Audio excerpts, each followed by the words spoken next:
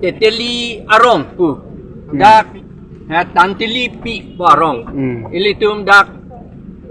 langper a constituency MSC constituency along ilitum dak APHLC atum mass joining program dolo kadu kabe don inkoy ratroksi BJP atum sai se dak nang join dun lo pini lapen aning arong pikpak lo rong asar atuman tado alang litum ta nang join dun lo lapen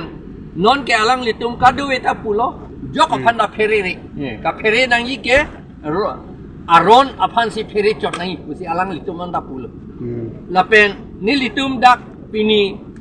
athek ateng pen disiplin ateng pen kape doji ni tum bor ilo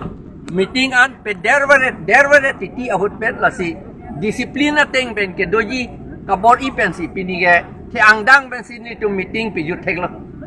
la pen ke re-election doji po alam la ke ahok lo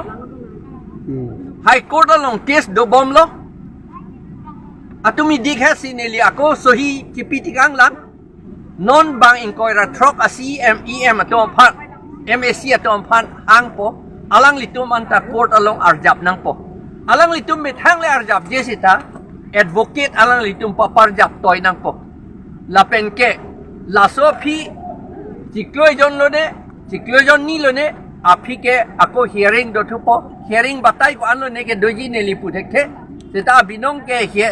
hearing batai ni bakan ta chokji seta hala opposite party tum opo antong apor ke hangin ne tum putek the seta labang ke akke sabangit jong he seta order ke dopo order dolo puladang te lake constitution a birudhe ke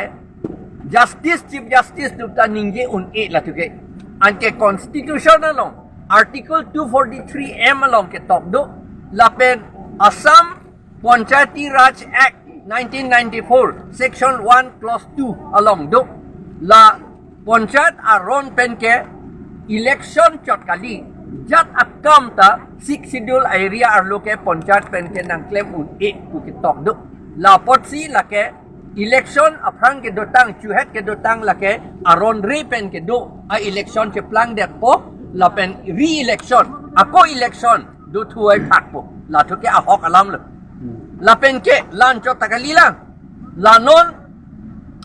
jila porishad ke biwaret panchayat aron pen lata aron ribbon si bi lopot lata kapi free at japan ilitum 6 schedule ateng pen paragraph 3